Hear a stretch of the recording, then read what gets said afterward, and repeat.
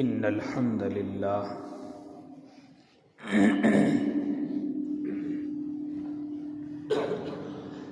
الحمد لله رب العالمين والعاقبة للمتقين والصلاة والسلام على سيد الأنبياء والمرسلين وعلى آله وأصحابه وأزواجه وذرياته أجمعين أما بعد فأعوذ بالله من الشيطان الرجيم بسم الله الرحمن الرحيم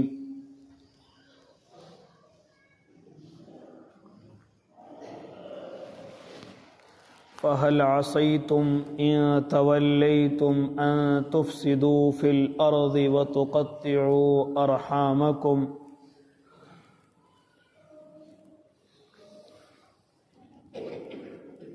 صدق الله العظيم وصدق رسوله النبي الكريم ونحن على ذلك من الشاهدين والشاكرين والحمد لله رب العالمين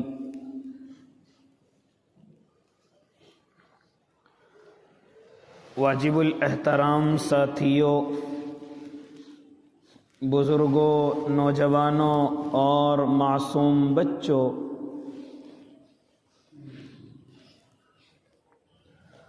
آپ حضرات کے سامنے میرے اور آپ کے آقا حبیب خدا صلی اللہ علیہ وسلم نے فتنوں کے دور کی کچھ نشانیاں جو بیان فرمائی ہیں،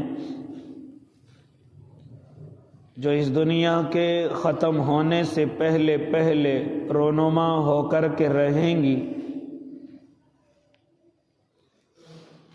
اور اکثر نشانیوں کا ظہور میری اور آپ کی نظروں میں ہے، میرے اور آپ کے معاشرے میں ہے۔ بد نصیب ہے وہ انسان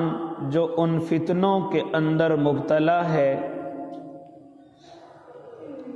خوش نصیب ہے وہ انسان جس نے اپنے آپ کو ان فتنوں سے بچا رکھا ہے۔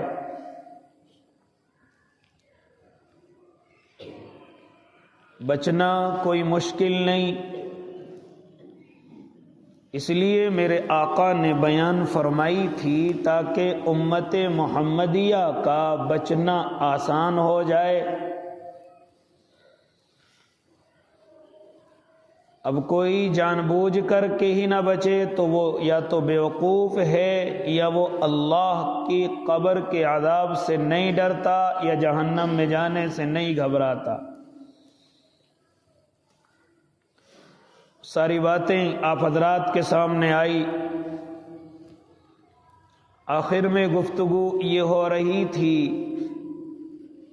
کہ میری امت شراب کے فتنے کے اندر بھی مبتلا ہو جائے گی،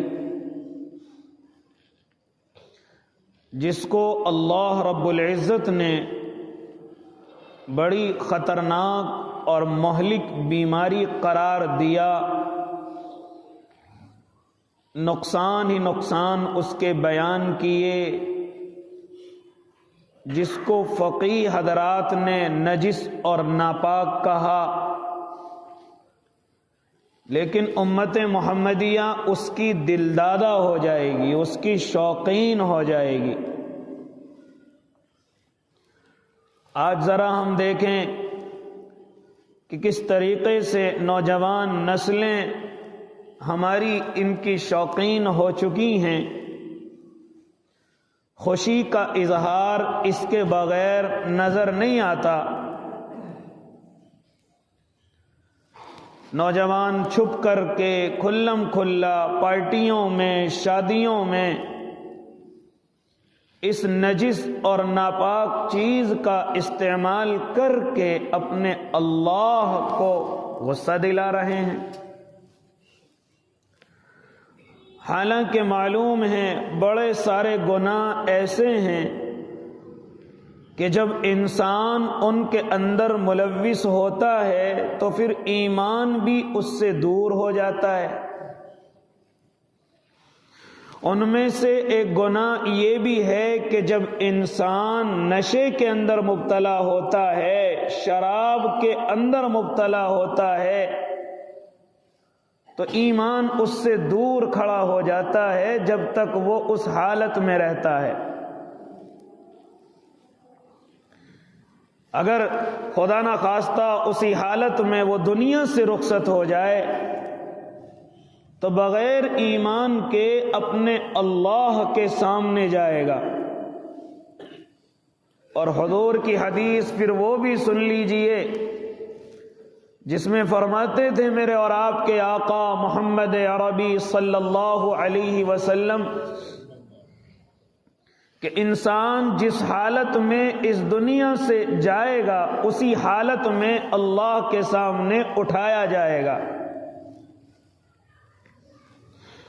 بڑے خوش نصیب ہیں وہ انسان جو روزے کی حالت میں دنیا سے رخصت ہوئے اللہ کے سامنے حاضر ہوں گے، حال یہ کہ وہ روزے دار ہوں گے۔ خوش نصیب ہے وہ انسان جو نماز کے، سجدے کے، رکوع کی حالت میں دنیا سے رخصت ہوں گے، جب اللہ کے سامنے حاضر ہوں گے تو وہ سجدے میں ایسے ہی پڑے ہوئے ہوں گے۔ خوش نصیب ہے وہ انسان جو حج کے لیے جاتے ہیں اور پھر وہاں جب طواف کرتے ہیں یا کوئی پریشانی آتی ہے اس میں دنیا سے رخصت ہو جاتے ہیں، اللہ کے حضور اسی حالت میں حاضر ہوں گے۔ جس طریقے سے روایتوں کے اندر آتا ہے میرے اور آپ کے آقا محمد عربی صلی اللہ علیہ وسلم کے داماد حضرت عثمان غنی رضی اللہ تعالی عنہما جب دنیا سے رخصت ہوئے، شہید ہوئے، قرآن کریم پڑھ رہے ہیں، جب گردن کو الگ کیا گیا تو خون کے چھینٹے قرآن کریم پہ آج بھی موجود ہیں۔ کل قیامت میں قرآن ان کی گواہی دے گا، اسی حالت میں اللہ کے سامنے حاضر ہوں گے۔ اسی طرح شہید کو جو یہ کہا گیا ہے کہ اس کو غسل نہ دیا جائے، انہی کپڑوں میں ان کو دفن کیا جائے، مقصد یہی ہے کہ اللہ کے سامنے اسی تازے خون کے ساتھ حاضر ہو، اللہ کے سامنے اسی حالت میں حاضر ہو کہ میدان جنگ کی مبارک مٹی اس کے ماتھے پر لگی ہوئی ہو، اس کے کپڑوں پر لگی ہوئی ہو، اور وہ اسی حالت میں اللہ کے حضور حاضر ہو۔ میرا اللہ جان بوجھ کر کے معلوم کرے گا کیوں یہ حالت بنا رکھی ہے، تو کہے گا اللہ تیرے نام پر شہید ہو کر کے آیا ہوں۔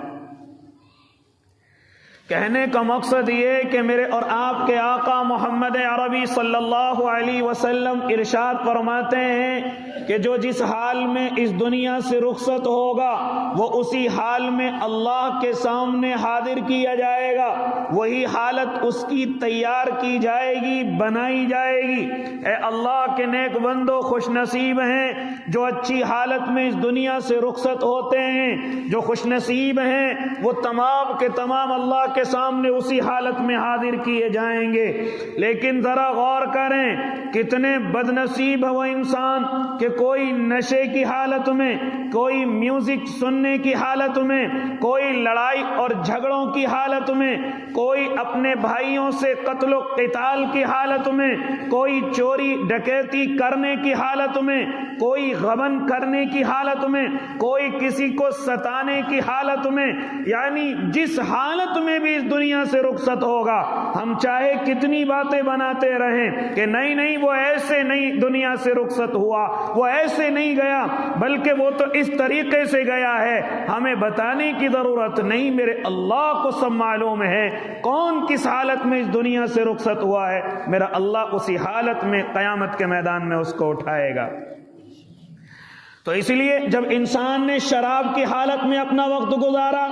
یا شراب کی حالت میں گاڑی چلائی ہے، یا شراب کی حالت میں کسی پروگرام کے اندر پہنچا ہے اور خدا نہ خواستہ اس دنیا سے رخصت ہوا ہے، ایمان اس کے قریب نہیں، ایمان اس کے دل کے اندر نہیں، وہ اسی حالت میں کل اللہ کے سامنے حاضر ہوگا۔ آج میں اور آپ شرابی کی بدبو کو برداشت نہیں کرتے، اگر کوئی ہم سے بات کرنے لگے تو ہم اس کی طرف چہرہ کر کے بات نہ کریں، بلکہ کوشش کرتے ہیں کسی طریقے سے یہ چلا جائے۔ ہاں، ہم کوئی نکل رہا ہو، ہم شرابی کے منہ نہیں لگتے، بلکہ دوسرا سمجھدار انسان بھی ہمیں سمجھا دیتا ہے، ارے اس کے منہ نہ لگو، یہ نشے کی حالت میں ہے، یہ اس وقت تم سے بات کرنے کی حالت میں نہیں ہے، اس کی بات کا برا مت مانو، اس کی گالیوں کا برا مت مانو، اس کے بڑبڑانے کا برا مت مانو۔ او اللہ کے نیک بندو، ذرا دیکھیں جب اس دنیا میں اتنا ذلیل ہوتا ہے شرابی، تو کل اللہ کیسے نہ اس سے منہ پھیرے گا، کیسے اس سے بات کرے گا، اوندھے منہ جہنم کے اندر ڈال دیا جائے گا۔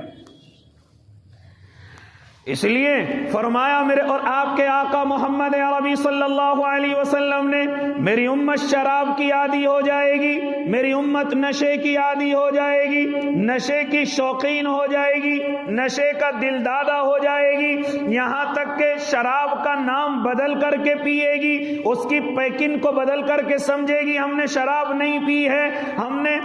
اس کا نام بدل کر کے سمجھے گی کہ یہ شراب نہیں ہے۔ فرماتے تھے میرے آقا، نہ وہ شراب ہوگی، نام چاہے کچھ بھی رکھ لیا جائے، نام چاہے کچھ بھی بیان کر دیا جائے، لیکن وہ شراب ہی ہوگی، اور سمجھانے والے ان کو سمجھائیں گے کیوں شراب کا نشہ کرتا ہے، کیوں اپنی زندگی کو برباد کرتا ہے، تو اس کی بات سمجھ نہیں آئے گی، کہے گا یہ شراب نہیں ہے، کہے گا یہ تو جو کا پانی ہے، یہ تو انگور کا پانی ہے، یہ تو پھلا انرجی ڈرنک ہے، لیکن حال یہ کہ وہ شراب ہی ہوگی۔ فرماتے تھے میرے آقا، میری امت شراب کا نام بدل کر کے پیے گی، سمجھے گی کہ شراب نہیں ہے، حالانکہ وہ شراب ہوگی۔ آج مجھے اور آپ کو نئی پیکنوں کے اندر پیش کی جا رہی ہے، آج میرے اور آپ کے نوجوانوں کو نئی پیکنوں کے اندر اس کو دیا جا رہا ہے، سمجھ رہے ہیں کہ نہیں یہ وہ چیز نہیں ہے۔ اور اللہ کے بندے، کبھی تو نے غور کیا تجھے اس کے بغیر سکون نہیں ملتا، کیا وجہ ہے؟ تجھے اس کے بغیر نیند نہیں آتی، کیا وجہ ہے؟ تجھے اس کے بغیر کھانا اچھا نہیں لگتا، کیا وجہ ہے؟ تجھے اس کے بغیر آرام اور سکون کی زندگی نہیں ملتی، کیا وجہ ہے؟ تجھے بیڑی اور سگریٹ کی طرف اس کی طلب لگتی ہے، تجھے پتہ نہیں کیا وجہ ہے، ورنہ اگر یہ عام چیز ہوتی تجھے طلب نہ لگتی، تو اس کا شوقین نہ بنتا۔ یاد رکھنا، اس چیز کے شوقین بننا علامت اس چیز کی ہے کہ کچھ تو ہے جو تجھے اس کے بغیر سکون نہیں ملتا، کوئی تو ہے اس کے اندر۔ اس لیے فرمایا میری امت شراب کی عادی ہو جائے گی۔ او اللہ کے نیک بندو، ابھی نہ جانے یہ نیا سال گزرا ہے، 2-4 دن پہلے آپ نے دیکھا کہ کس طریقے سے اس چیز کو عام کیا گیا، کس طریقے سے نوجوانوں کی زندگیوں کو برباد کیا گیا، کیسے نئے نوجوانوں کو اس کی لتوں کے اندر دوستوں نے لگایا ہوگا۔ اس لیے میرے بھائی، اگر کسی نے اس چیز کی طرف دیکھا ہے، یا کوئی اس کی طرف گیا ہے، یا کسی کو اس کی طرف زبردستی بلایا گیا ہے، تو اپنے آپ کو بچایا جائے، اللہ سے توبہ کی جائے۔ اگر یہ کام ہو گیا ہے تو آپ اللہ سے توبہ کیجئے، میرے اللہ کے یہاں معافی کے دروازے کھلے ہوئے ہیں، توبہ کے دروازے کھلے ہوئے ہیں۔ اس لیے اگر یہ کام زندگی کے کسی حصے میں ہو گیا ہے، یا زندگی کے کسی حصے میں کیا ہے، یا اب اس کے عادی ہیں، تو اپنے اللہ کے سامنے آ کر کے آنسو بہائیے گا، اور اپنے اللہ سے توبہ کیجئے گا، اپنے اللہ سے معافی مانگیے گا۔ میرا اللہ آج بھی معاف کرنے کے لیے تیار ہے، لیکن اگر آنکھیں بند ہو گئی اور دنیا سے رخصت ہو گئے اور دنیا سے چلے گئے اور توبہ نہ کر سکے اور اس نشے کی لت کو اپنے اندر سے نہ نکال سکے، تو یاد رکھنا پھر اللہ محبت کی نظروں سے دیکھنے والا نہیں ہے، پھر اللہ قبر میں سکون دینے والا نہیں ہے، پھر اللہ تمہیں جنت کے اعلیٰ ٹھکانوں میں جگہ دینے والا نہیں ہے، پھر اللہ کے مبغوض بندوں میں جن پر میرے اللہ کا غصہ نازل ہوتا ہے، انہی بندوں کے اندر آپ کو شامل کر لیا جائے گا۔ قیامت تک کی پریشانیاں ہیں، اور اسی طریقے سے پوری آخرت کی زندگی بربادیوں میں گزرنے والی ہے، جہنم کا ایندھن بننے میں گزرنے والی ہے۔ لیکن اس دنیا کے اندر میرے اللہ نے مواقع عطا فرمائے ہیں، بڑے بڑے شرابیوں کو میرے اللہ نے معاف کیا ہے، جن کا رات اور دن کا مشغلہ یہی۔ آپ نے حضرت عبداللہ ابن مبارک کو سنا، بڑے بڑے نشے کے اندر رہتے، لیکن آخر میں جب اللہ نے ان کی توبہ کو قبول کیا تو پھر بڑا عالم بنایا، اور پھر لوگ ان کو امیر المؤمنین فی الحدیث کے نام سے جاننے لگے تھے۔ ایسا نہیں کہ میرے اللہ کے یہاں توبہ کا دروازہ نہیں ہے۔ میں تو اپنے ان ماں اور باپ سے بھی کہتا ہوں، اپنے بڑے بھائیوں سے بھی کہتا ہوں کہ جن کے چھوٹے بھائی یا جن کی اولادیں ہاں اس دنیا کے اندر آ چکی ہیں، قدم رکھ چکی ہیں، او اللہ کے نیک بندو، ان سے نفرت کا دروازہ مت کھولنا، انہیں اپنے سے دور رکھنے کی بھی کوشش نہ کرنا، ورنہ وہ اور زیادہ اس دنیا کے اندر پہنچیں گے۔ ایک دن وہ آئے گا کہ ان کے گردے، لیور وغیرہ تمام کے تمام خرابیوں کی طرف ہوں گے، وہ کہیں ذلت کی زمین پر پڑے ہوئے ہوں گے، وہ کہیں لوگوں کے ہنسانے کا ذریعہ بنے ہوئے ہوں گے۔ اس لیے ہاں، اگر کسی بھائی کو تمہارے، اگر کسی اولاد کو تمہاری اگر یہ لت لگ جائے تو اس کو اپنی نظروں سے دور نہ کیجیے، اس کو اپنے پاس سے نہ بھگائیے، بلکہ کوشش کیجیے اللہ اس کی لت کو کیسے ختم کرے۔ کوشش بھی کیجیے، دعا بھی کیجیے، محنت بھی کیجیے، دوا بھی کیجیے، اوروں سے بھی دعا کرائیے۔ ہاں، ان کو تنہا نہ چھوڑیے، ان کو اکیلا نہ چھوڑیے، ان کو بے سر و سامان نہ چھوڑیے، کیونکہ اگر ہم اس طریقے کے کسی بھائی یا اولاد کو اپنی حالات پر چھوڑ دیتے ہیں تو وہ سدھرتا نہیں ہے، اور زیادہ فتنے اور فساد کی طرف جاتا ہے۔ وہ کہیں بھی چلا جائے یاد تو باپ کے نام سے ہی کیا جائے گا، وہ کہیں بھی چلا جائے یاد تو بھائی کی نسبت سے ہی کیا جائے گا۔ اس لیے دور کر کے یہ نہ سمجھے کہ میرا نام اب ختم ہو جائے گا، مجھے کوئی یاد نہیں کرے گا یا میری کوئی برائی نہیں کرے گا۔ اور نہ اللہ کے نیک بندو، اگر اولادوں میں کوئی اس طرح کا بھائی ہو جائے، ہو سکتا ہے دوست کسی کی زندگی کو بگاڑ سکتے ہیں، اسی طرح ماحول کسی کو بھی بگاڑ سکتا ہے۔ مثال کے طور پر اگر صحبت غلط ہو گئی تب بھی آپ کی اولاد یا بھائی اس نشے کے اندر پڑ سکتا ہے، یا اسی طریقے سے آپ نے کوئی لائن ہی ایسی اس کو دے دی ہاں جس کی وجہ سے وہ اس بیماری کے اندر پڑ سکتا ہے۔ مثال کے طور پر میں اکثر کہتا ہوں، یہ جو لمبی گاڑیاں چلانے والے ہمارے ڈرائیور بھائی ہوتے ہیں، اکثر ان کے اندر یہ بیماریاں پائی جاتی ہیں۔ میں سب کو نہیں کہتا، سب اس کے اندر شامل نہیں ہیں، لیکن زیادہ تر دیکھا گیا ہے، زیادہ تر جو نوٹس کیا گیا ہے وہ ان چیزوں کے اندر بیچارے ہاں ایک مجبوری کے اندر، کیونکہ کھانے اچھے نہیں ملتے، ان کو سکون اچھا نہیں ملتا، انہیں اپنے مالک کی بات پوری کرنی پڑتی ہے،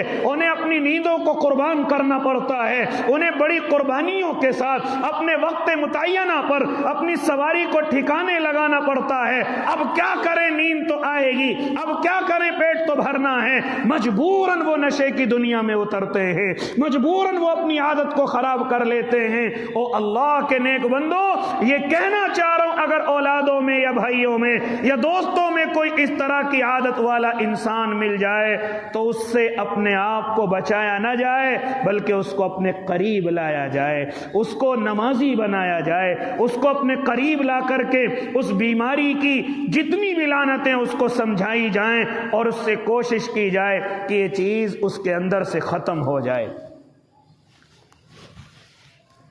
ہمارے لوگ یہ غلطی کرتے ہیں، اس کو اس کے حال پہ چھوڑ دیتے ہیں، یہ بڑی غلطی کرتے ہیں۔ انہیں اپنے قریب رکھا جائے، ہو سکتا ہے حالات نے اس کو ان چیزوں پر مجبور کیا ہو سکتا ہے ماحول میں وہ اپنے آپ کو نہ بچا سکا ہو سکتا ہے کوئی ایسی مجبوری اس کی زندگی میں آئی ہو کہ جس کی وجہ سے وہ اس لائن کے اندر قدم رکھ چکا ہو۔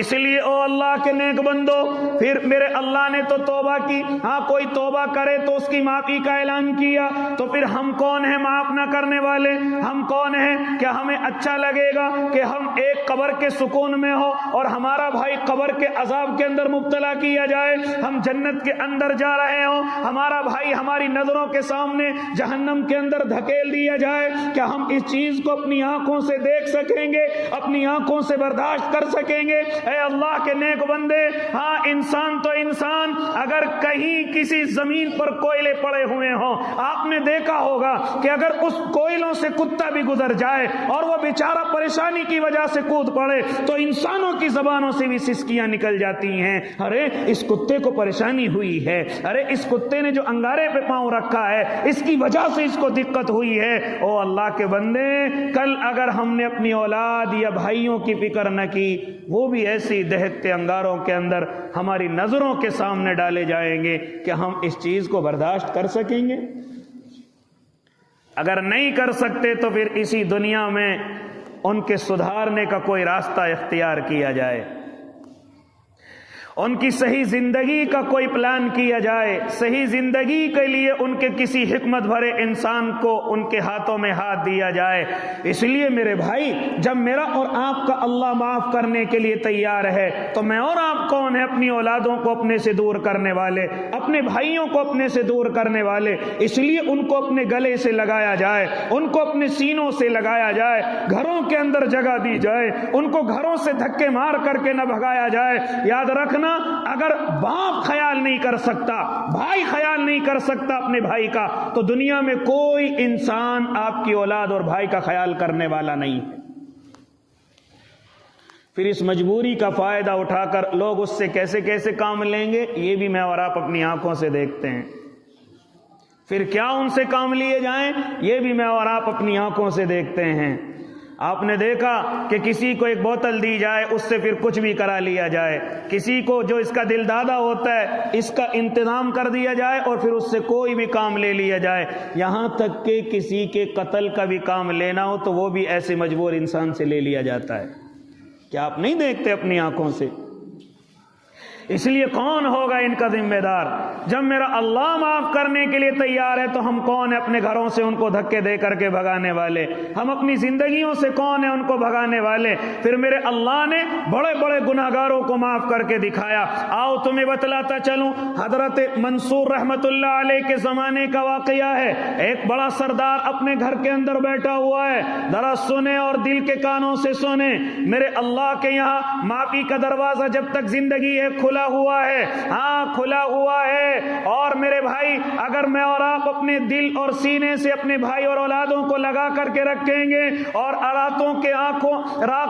کو اپنی آنکھوں سے آنسو نکالیں گے تو پھر انشاءاللہ العظیم میرے اللہ کو بھی ترس آئے گا، میرے اللہ کو بھی رحم آئے گا۔ آپ کی اولاد اس دنیا سے باہر نکل کر کے آئے گی، آپ کا بھائی، آپ کا دوست اس پرفتن دنیا سے نکل کر کے انشاءاللہ ایک انسان اچھا بن کر کے دکھائے گا۔ اور میرے اللہ کے لیے اس طرح سے کرنا کوئی مشکل کام نہیں ہے۔ آؤ ذرا سنیں، ہاں ایک سردار اپنی محفل کے اندر بیٹھا ہوا ہے، شراب کی محفل چل رہی ہے اور تمام کے تمام جو ان کے درباری ہیں تمام کے سامنے شراب کے پیالے رکھے ہوئے ہیں اور شراب کا دور دورہ ہے۔ ہاں اسی وقت میں وہ سردار اپنے ایک نوکر کو، اپنے غلام کو حکم دیتا ہے، ارے سارے درباری بیٹھے ہوئے ہیں، سارے میرے چاہنے والے بیٹھے ہوئے ہیں، شراب کا دور دورہ ہے اور یہ مکمل ہونے والا ہے، کیوں نہ میں اپنے درباریوں کے لیے کسی اچھے پھل کا انتظام کروں، کسی اچھے اور دسترخوان کا انتظام کروں۔ اپنے غلام کو وہ 3 درہم دیتا ہے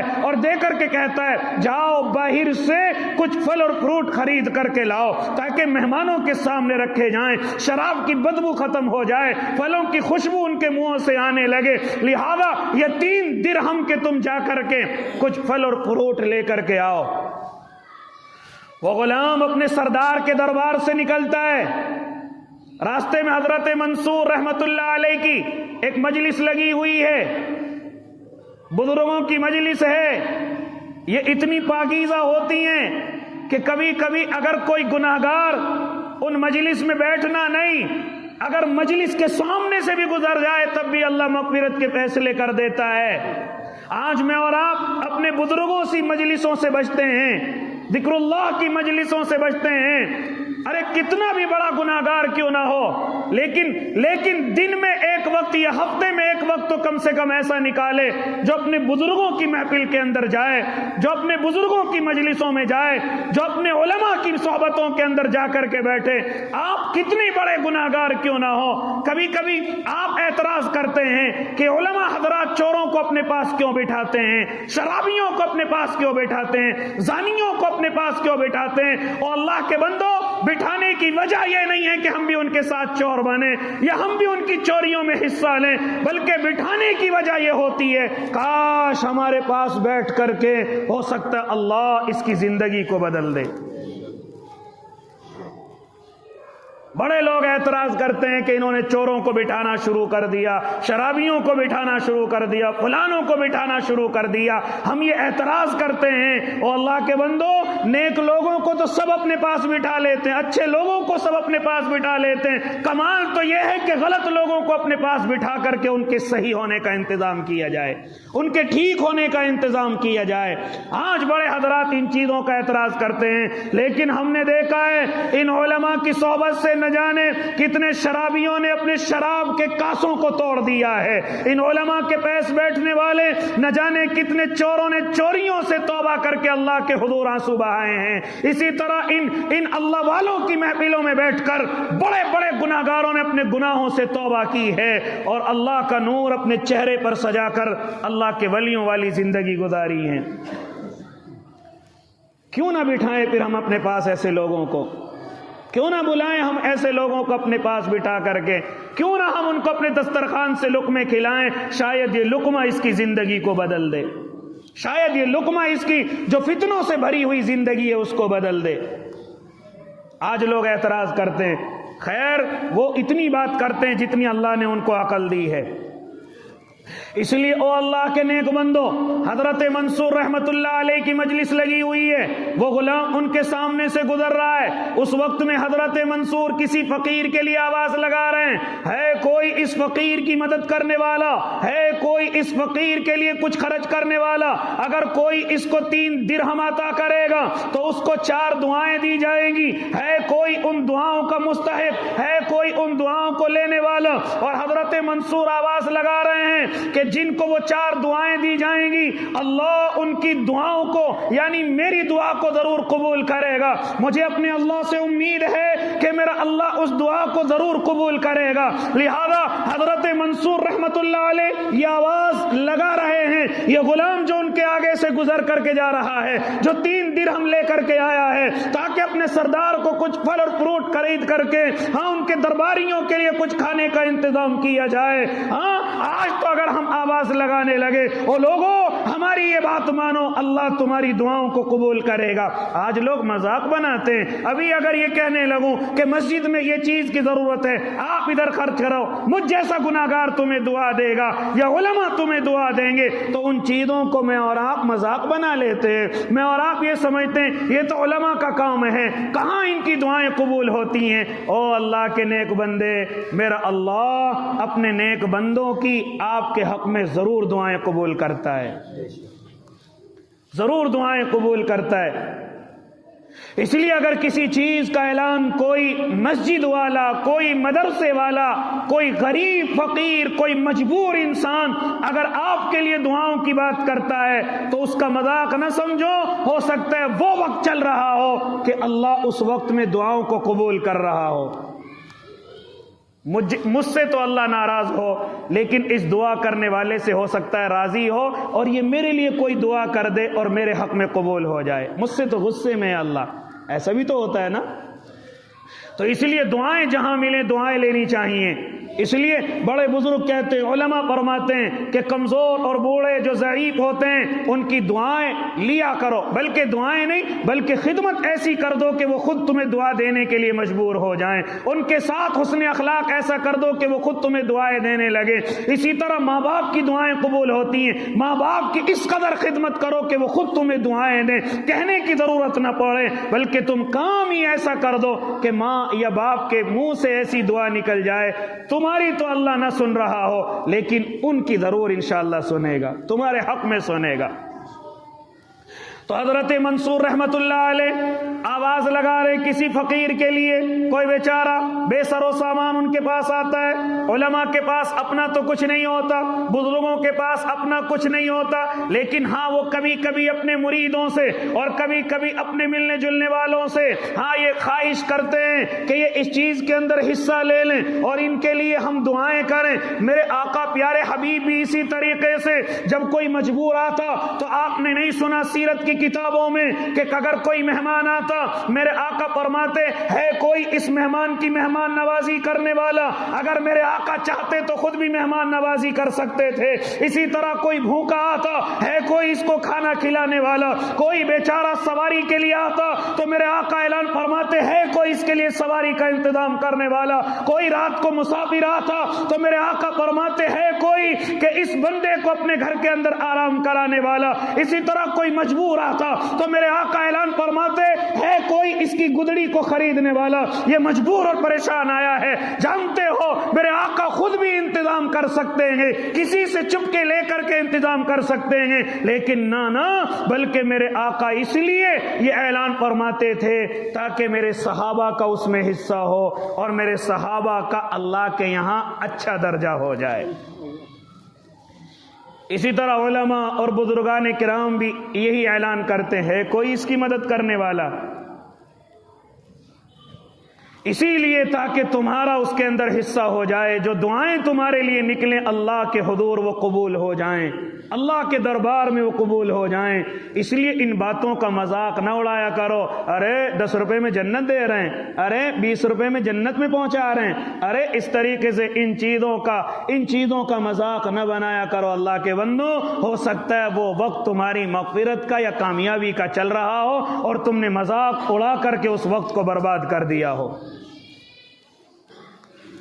اس لیے میرے بھائی حضرت منصور رحمت اللہ علیہ یہاں ایک فقیر کے لیے آواز لگا رہے ہیں، ایک مجبور کے لیے آواز لگا رہے ہیں۔ کون ہے جو اس فقیر کی مدد کرے گا؟ ہاں اس کی 4 دعائیں قبول کی جائیں گی۔ حضرت منصور کی آواز سن کر کے وہ جو غلام پھل فروٹ لینے کے لیے نکلا تھا فوراً حضرت منصور کے پاس پہنچتا ہے اور جا کر کے وہ 3 درہم لے جا کر کے عطا کر دیتا ہے۔ کہا حضرت منصور یہ 3 درہم میری طرف سے قبول کر لیجئے، ہاں یہ میں اپنے سردار سے لے کر کے آیا ہوں، لیکن یہ 3 درہم آپ میری طرف سے اس فقیر کے لیے قبول کر لیجئے۔ چنانچہ حضرت منصور نے وہ 3 درہم لے کر کے پھر اس سے آواز لگائی، او اللہ کے بندے کیا دعائیں ہیں تیری، کیا چاہتا ہے تو اپنے اللہ سے، ہاں کون سی دعائیں ہیں تیری؟ وہ کہتا ہے حضرت پہلی دعا تو میرے حق میں یہ کیجئے کہ اللہ ان 3 درہموں کے بدلے مجھے کوئی بدلہ عطا فرما دے۔ چنانچہ حضرت منصور کہنے لگے قبول ہو گئی۔ آگے بتلا کہتا ہے دوسری دعا یہ ہے اللہ میرے سردار کی شراب چھڑوا دے، میرے درباریوں کی شراب چھڑوا دے۔ حضرت منصور کہتے جا وہ بھی قبول ہو گئی۔ اس کے بعد بتلا تیری تیسری دعا کیا ہے؟ کہا کہ میں غلامی سے آزاد ہو جاؤں۔ ہاں جا تیسری بھی تیری اللہ کے حق میں انشاءاللہ یہ دعا بھی قبول ہوگی۔ چوتھی بتا کیا ہے؟ چوتھی دعا یہ ہے حضرت منصور جو میرے سردار اور درباری شراب پیتے ہیں آپ ذرا دعا کیجئے کہ وہ شراب کو چھوڑ دیں اور ان کی اللہ کے دربار میں مغفرت کا فیصلہ ہو جائے، اللہ کے دربار میں مغفرت کا فیصلہ ہو جائے۔ وہ 3 درہم حضرت منصور کو دے کر کے جب کافی دیر ہو گئی سردار نے پکڑ لیا، کہاں گئے تھے وہ 3 درہم کہاں ہیں؟ تمہیں پل لانے کے لیے کہا لے کر کے نہیں آئے۔ کہا حضرت ایسے ایسے معاملہ پیش آ گیا۔ حضرت منصور آواز لگا رہے تھے جو اس فقیر کی مدد کرے گا اس کی دعائیں قبول کی جائیں گی، اس کے حق میں 4 دعائیں کی جائیں گی۔ حضرت منصور کی بات سن کر کے وہ غلام کے لیے سردار بھی ٹھنڈا ہو گیا، کہنے لگا پھر تے نے کون سی دعا کرائی ہے؟ کہا کہ میں نے پہلی دعا یہ کرائی کہ اللہ مجھے ان 3 درہم کا بدلہ عطا کر دے۔ وہ سردار کہتا ہے جا تجھے 3000 درہم عطا کیے، یہ دعا قبول ہو گئی۔ کہا میں غلامی سے آزاد ہو جاؤں، کہا جا تجھے غلامی سے بھی آزاد کر دیا گیا۔ او اللہ کے بندے تیسری دعا کیا ہے؟ ہاں تیسری دعا یہ ہے کہ میرا سردار اس شراب کو چھوڑ دے، اس کے درباری اس نشے کو چھوڑ دے۔ ہاں سردار اعلان کر دیتا ہے آج سے شراب میرے اوپر حرام ہے، آج سے کوئی قطرہ میرا شراب کے اندر نہیں جائے گا، لہذا لہذا آج سے اللہ کے سامنے توبہ کرتا ہوں. یہ 3 دعائیں. چوتھی کیا تو نے دعا مانگی تھی؟ کہنے لگا چوتھی یہ، اللہ میرے سردار کی اور ان کے درباری کی اور میری مغفرت فرما دے. سردار کہنے لگا یہ میرے بس میں نہیں ہے، یہ میرے بس میں نہیں ہے، یہ میرے ہاتھ میں نہیں ہے کہ میں مغفرت کا فیصلہ کروں، یہ تو اللہ کے ہاتھ میں ہے. تاریخ بیان کرنے والا بیان کرتا ہے، اس وقت کا راوی بیان کرتا ہے، کہتا ہے کہ جب وہ سردار رات کے اندر سویا، میرے اللہ کی طرف سے آواز آئی، اے اللہ کے بندے، اے اللہ کے بندے، جو تیرے اختیار میں تھا تو نے اس کو کر دکھایا، غلام کو آزاد کر دیا، شراب بھی چھوڑ دی ہے، اور اسی طرح 3 درہموں کا تو نے دوگنا تیگنا بدلہ عطا کر دیا ہے. اے اللہ کے بندے، جو 3 چیزیں تیرے اختیار میں تھی تو نے ان کو مکمل کر دیا. اب جو چیز میرے اختیار میں ہے، جو چیز میرے اختیار میں ہے، جب تو نے میرے ڈر سے اتنی بات کر لی ہے تو جو میرے اختیار میں تیری مغفرت کا فیصلہ وہ میں عطا کرتا ہوں. جا تیری مغفرت کا فیصلہ ہو گیا، تیرے درباریوں کی مغفرت کا بھی فیصلہ ہو گیا، تیرے غلام کی بھی مغفرت کا فیصلہ ہو گیا. 3 چیزیں تیرے اختیار میں تو نے ان کو کر دکھایا. تو نے کیسے سوچ لیا کہ جو مالک کے اختیار میں ہے وہ پورا نہیں ہوگا، جو اللہ کے اختیار میں وہ پورا نہیں ہوگا، جب ہم نے تمہاری مغفرت کا فیصلہ کر دیا ہے. اس لیے یہ بات سنانے کا مقصد کیا ہے؟ اگر کوئی زندگی کے اندر یہ نشے کی عادت پڑ گئی، یا نشے کا کوئی کام کیا، یا دوستوں کے بہکائے میں آ کر، یا محفلوں کے ماحول میں بدل کر کسی انسان نے غلطی کی ہے، اور اللہ کے نیک بندو فوراً اپنے اللہ سے توبہ کی جائے. یہ نہ سمجھا جائے کہ اللہ معاف نہیں کرے گا، اللہ سے معافی کی امید رکھی جائے. میرے اللہ ہر گناہگار کو معاف کرنے کے لیے تیار ہے. اور دوسری بات، اگر اولادوں میں، اگر بھائیوں میں، اگر دوستوں میں کوئی اس لت کے اندر پڑ گیا ہے تو اس سے اپنی دوری اختیار نہ کی جائے، بلکہ اس کو قریب لا کر کے اس کو سمجھایا جائے، اس کو اپنا بنا کر کے اس کو سمجھایا جائے. ہاں، غصے سے یا محبت سے، یا کسی چیز کا لالچ دے کر کے، یا کسی چیز کی تمنا اس کی پوری کر کے، ہاں اس کی زندگی سے